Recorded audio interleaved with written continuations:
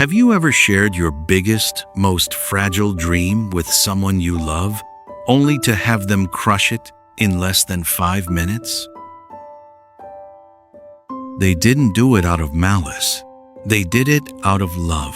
But here is the brutal truth of life. The wrong advice from the right person is still toxic.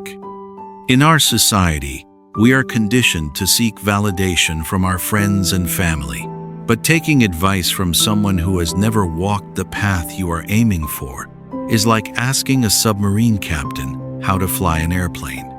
Both are experts in their fields, but if you listen to the submarine captain, he will tell you to avoid the sky at all costs. Today, we are going to talk about the silent assassins of your dreams.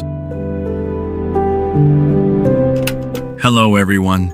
Welcome back to the sanctuary of Postcard Colorizeyou, a place where we close the doors to the noisy world outside and open the windows to our own minds.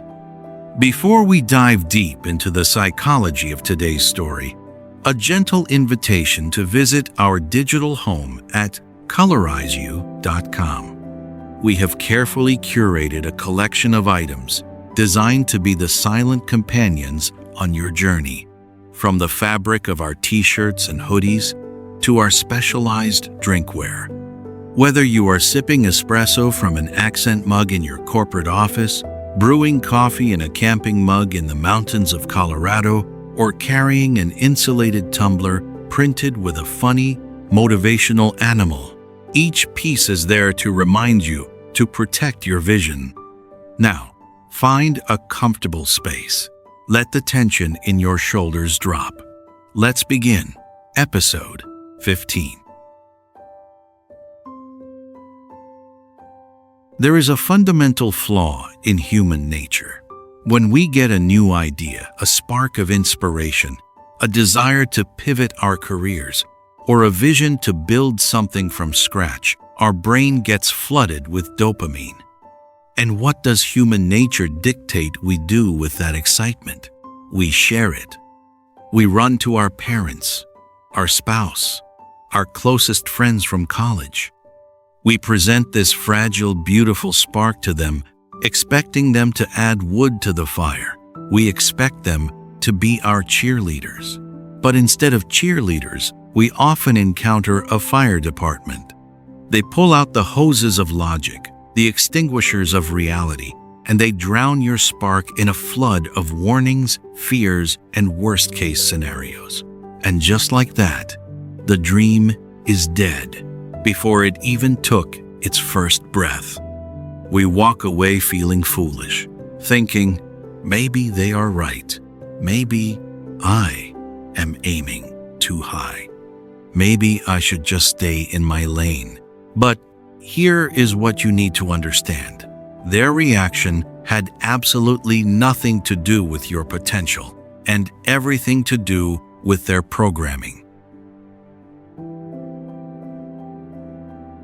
To understand this, we need to dive into the psychology of human perception.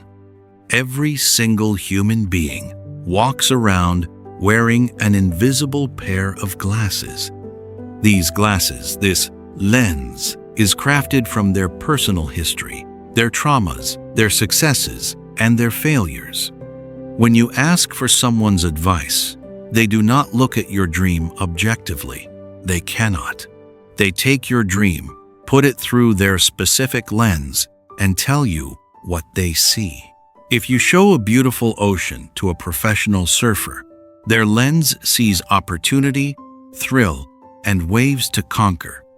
If you show that exact same ocean to someone who almost drowned as a child, their lens sees a graveyard, danger, and suffocation. The ocean hasn't changed. The dream is the same. The lens is what dictates the advice. Let me give you a very real American example. Imagine you are working a solid corporate job in Chicago.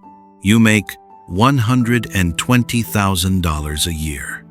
You have a 401 cake matching plan, excellent dental insurance, and a predictable trajectory. But you are miserable. You want to quit and start your own tech consulting firm.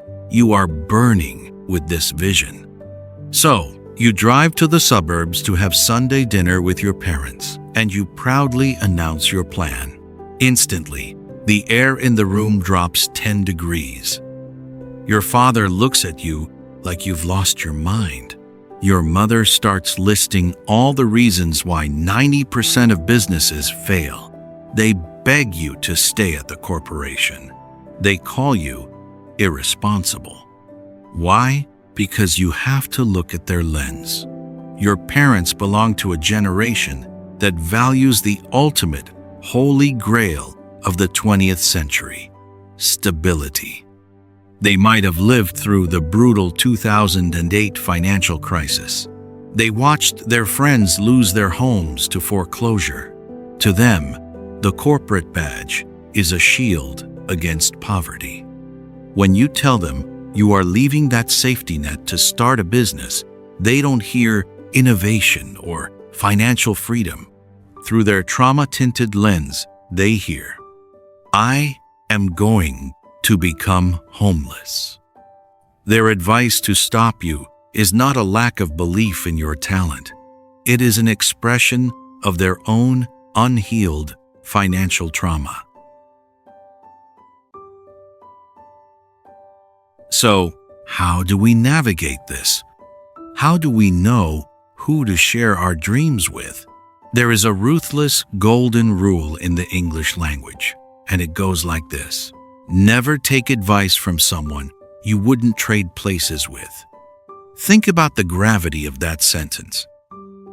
If you want to build a life of financial freedom, why are you asking for validation from your uncle who has been drowning in credit card debt for 20 years?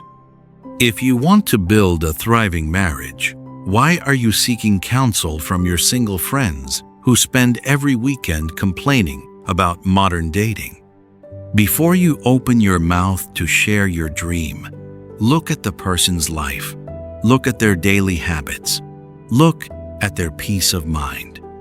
Ask yourself, do I want to be sitting where they are sitting in 10 years?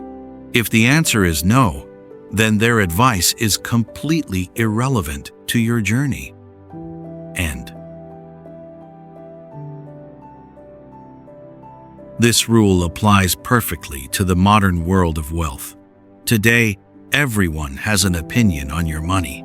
You will meet crypto bros at a bar or self-proclaimed Forex experts online who will passionately tell you how to double your net worth in a month. But look past their words and look at their reality. Are they actually financially independent? Or are they still living paycheck to paycheck, stressing over rent while waiting for a digital coin to save their lives?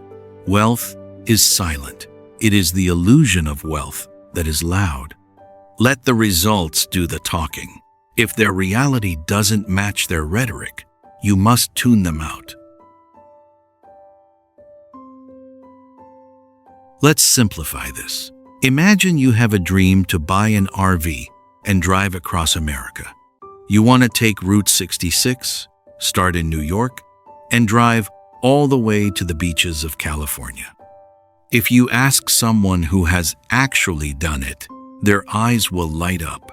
They will tell you about the breathtaking sunsets in Arizona.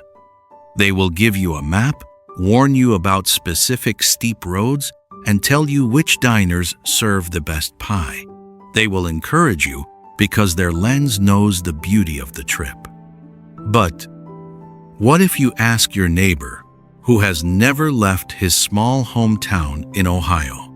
He watches the news every night. Through his lens, the world outside is a terrifying place. He will tell you about serial killers, engine breakdowns in the desert, and horrible storms. He is not trying to destroy your dream. He is trying to keep you safe inside his own prison. If you listen to him long enough, you will unpack your bags, stay in Ohio, and die with a heart full of what-ifs. I get emails all the time from listeners who are on the path to financial independence. They tell me they feel isolated. They are saving aggressively, investing quietly, and cutting out unnecessary luxury. And what do their friends say? Come on, life is short. You only live once. YOLO. Buy the new car, put the vacation on a credit card. Why are you sacrificing today for a tomorrow that isn't promised? When you hear this, you must pause. Look at the people giving you this advice. Yes, they look happy on Instagram, but step behind the curtain. Look at the stress in their eyes when the bills arrive. Look at how they are trapped in jobs they hate because they have chains of debt holding them down. Now, look at a quiet millionaire who retired at 45. They walk with a different kind of lightness. Which picture do you want? Choose your destination, and then ignore everyone who isn't heading there. What if you look around and you cannot find anyone who has achieved your dream? What if there is no mentor in your circle? Then you must learn the ultimate discipline, the power of silence. You do not need to announce your moves. You do not need a public consensus to start building your life. Keep your head down, protect your spark from the rain of public opinion, and build your fire in the dark.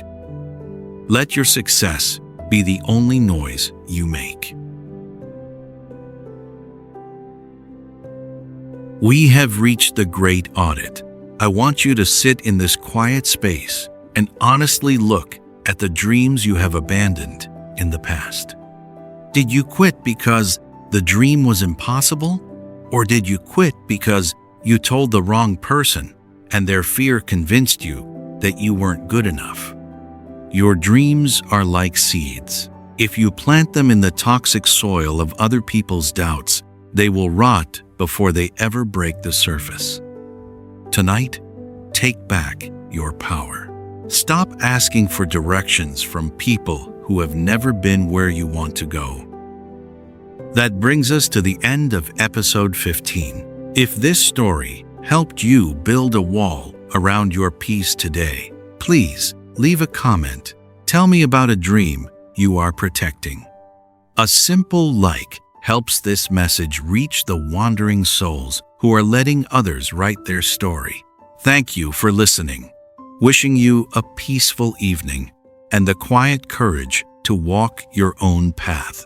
Goodbye for now.